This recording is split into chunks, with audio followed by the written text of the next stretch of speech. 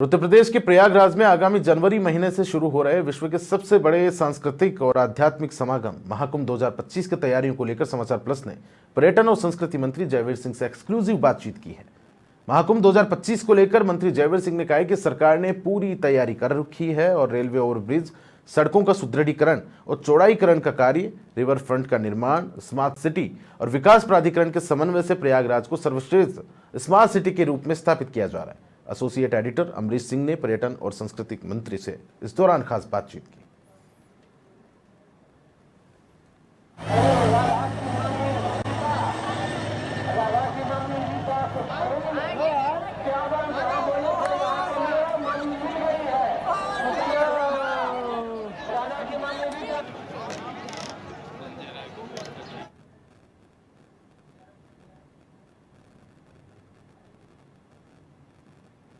विश्व के सबसे बड़ी सांस्कृतिक और आध्यात्मिक समागम यानी महाकुंभ 2025 की तैयारियां ज़ोर शोर से शुरू हो गई हैं। केंद्र सरकार हो या प्रदेश सरकार अपने इस ड्रीम प्रोजेक्ट पर काम कर रहा है। महाकुंभ में विश्व पटल पर करोड़ों श्रद्धालु आएंगे और संगम में डुबकी लगाएंगे।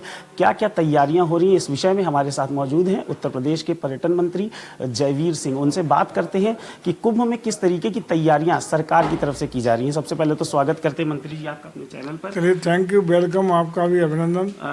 क्या क्या तैयारियां की जा रही हैं, क्योंकि केंद्र सरकार से भी 2100 रुपए की विशेष अनुदान सहायता राशि भी प्राप्त हुई है। प्रदेश सरकार की भी अपनी विशेष तैयारियां हैं। क्या क्या तैयारियां हैं कुंभ की? देखिए, चूंकि माँ त्रिवेणी के संगम पर प्रयागराज की पवित्र धरती पर यह विश्व का सबसे बड़ा सांस्कृतिक और आध्यात्मिक आयोजन 12 वर्षों के बाद आता है। महाकुंभ का अवसर ये अद्भुत हो, अलौकिक हो, भव्य हो, दिव्य हो और नई एक इतिहास बनाने का काम कर सके, हर क्षेत्र में इसका हम लोग प्रयास कर रहे हैं।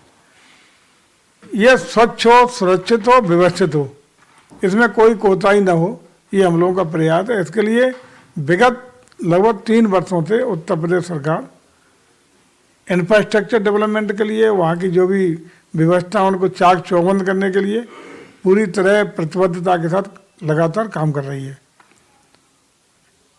2019 में जब अर्ध कुंभ का अवसर था, उस समय भी लगभग 24 करोड़ श्रद्धालुओं का पूरे विश्व भर से आगमन हुआ था। इस बार चूंकि ये महाकुंभ है और दुनिया का, जैसा कि आप खुद ही अवगत हैं, कि आध्यात्मिक और सांस्कृतिक रूप से सनातन संस्कृति का वाहक के रूप में सनातन संस्कृति का विश्व दर्शन कराने के लिए ये अनूठा अवसर है जो 12 वर्षों के बाद आता है। और इस पर जिस तरह से संभावनाएं बढ़ रही हैं, लगभग 40 से 50 करोड़ श्रद्धालुओं के आने की पूरी संभावना है। उसी के दृष्टिगत उनके खान पीन की, उनके ठहरने की, उनके आवागमन की, उनके भोजन की, उनको स्वच्छता की, उनकी सुरक्षा की सारी व्यवस्थाएं चुस्त दुरुस्त करने का अद्भुत अलौकिक व्यवस्था के साथ साथ आधुनिक तकनीक के साथ व्यवस्था करने का काम हम कर रहे हैं। ये भी आप महसूस करते होंगे कि हालांकि प्रदेश में 8 वर्षों में जब से आदरणीय योगी जी के नेतृत्व में सरकार बनी है, तब से प्रदेश में चाहे कानून व्यवस्था की बात करें, चाहे इंफ्रास्ट्रक्चर डेवलपमेंट की बात करें या कनेक्टिविटी की बात करें, कनेक्टिविटी में चाहे रोड कनेक्टिविटी हो, एयर कनेक्टिविटी हो, ट्रेन कनेक्टिविटी हो, हर तरीके से गुणात्मक रूप से सुधार हुआ है और नए डेवलपमेंट हुए हैं। ये आयोजन की व्यापकता के लिए हमारे प्रदेश के माननीय मंत्री जी लोगों के नेतृत्व में एक ग्रुप ऑफ मिनिस्टर्स देश के विभिन्न राज्यों में भी जा रहा है, विदेश के भी जहाँ भी सनातन संस्कृति के लोग निवास करते हैं उन देशों में भी जा रहा है। अभी दिल्ली में माननीय केंद्रीय पर्यटन मंत्री गजेंद्र सिंह शेखावत जी और हम लोग दोनों मिलके करीब 40 से ऊपर दुनिया के विभिन्न देशों के राजनयिकों के साथ, जैसे तमाम देशों के उच्चायुक्त, राजदूत और अन्य प्रतिनिधिगण पधारे थे। कुल मिला के देश और विदेशों के करीब 600 मेहमानों ने उस कार्यक्रम में अशोका होटल में भागीदारी की थी। उनसे भी उनका जो एक लगाव था, एक आकर्षण था, उससे भी ऐसा लग रहा है कि व्यापक संख्या में श्रद्धालु इसमें आने वाले हैं। क्योंकि जब श्रद्धालु आएंगे तो पवित्र इस आयोजन पर उनको वो आए तो इस तरह का अच्छा अनुभव लेके जाएं, चाहे उनके ठहरने की व्यवस्थाओं का हो, उनकी सुरक्षा का हो, उनके ट्रैफिक की व्यवस्था का हो, आवागमन की सुविधाओं का हो। या जब प्रयागराज आएंगे तो उत्तर प्रदेश ऐसा प्रदेश है जहाँ धार्मिक रूप से प्रचुर संभावनाओं का प्रदेश है। बगल में बनारस जाएंगे तो भोले बाबा की नगरी में काशी का अद्भुत आनंद लेंगे। नेमी सारण में माँ विंध्यवासिनी, बगल में चित्रकूट धाम।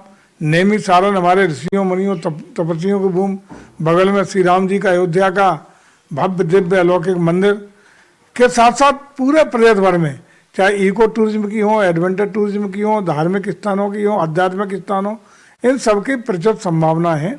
उनको भी कनेक्टिविटी देने के लिए हम लोगों ने पूरे प्रदेश के इस तरह के 12 सर्किट डेवलप करने का काम किया है। उन सर्किट्स के भी पैकेजेज हम अपने पर्यटन विभाग से पैकेज बना करके जो जहाँ जिस सर्किट में घूमना चाहता है, जिसकी जहाँ रुचि है आने वाले समय वहाँ भी घूमें।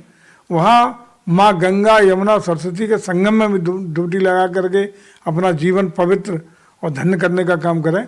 हम लोगों ने अद्भुत व्यवस्था देने का काम किया है और हमारा ये मानना है कि जो भी यहाँ विश्व के किसी देश से या देश के किसी स्टेट से जो भी श्रद्धालु आएगा, एक अच्छा अनुभव, सुखद अनुभव, एक सनातन संस्कृति से अपना आत्मीय जुड़ाव, अपने को अभिभूत होकर के वापस जाए, ताकि एक ब्रांड एम्बेसडर के रूप में हमारी सनातन संस्कृति, परंपराएं, आदर्शों को पूरी दुनिया में हम स्थापित कर सकें।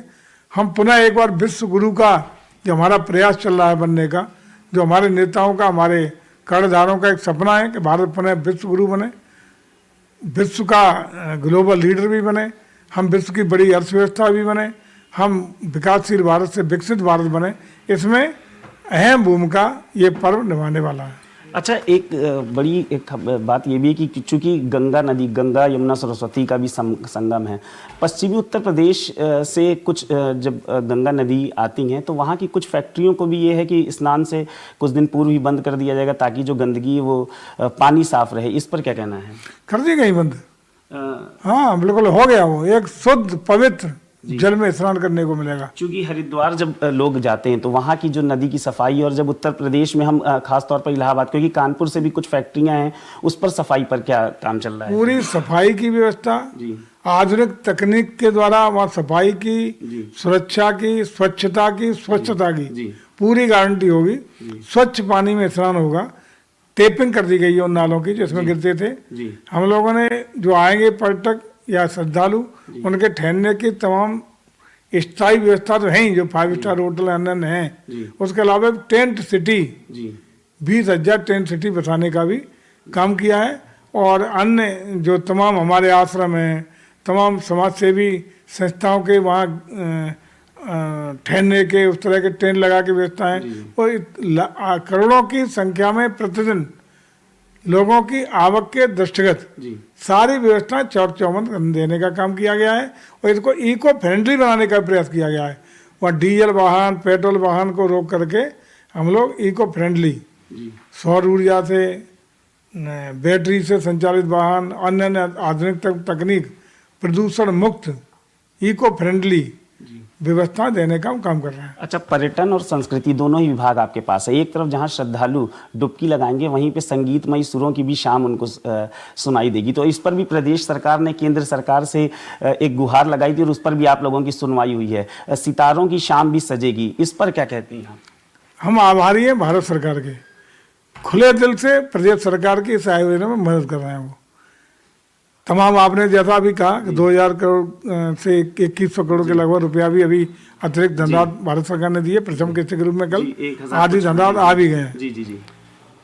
इसी तरह पूरे देश के जो भी कलाकार विभिन्न हम मंच दे रहे हैं, मुख्य 5 मंच होंगे, उसके अलावा 30-40 मंच अलग दे रहे हैं। उन मंचों पर भी लगातार प्रदेश और देश की संस्कृति की झलक, सांस्कृतिक वातावरण, दुनिया के सबसे चहेते कलाकारों के द्वारा प्रस्तुतिकरण, ये सारे कार्यक्रम, चाहे वो काव्य गोष्ठी हो, कवि सम्मेलन हो, संगीत की शामें हो, अलग अलग कार्यक्रम पर डे अलग अलग मंचों पर अलग अलग प्रकार के लगातार 13 जनवरी से 26 फरवरी तक कंटिन्यू चलेंगे।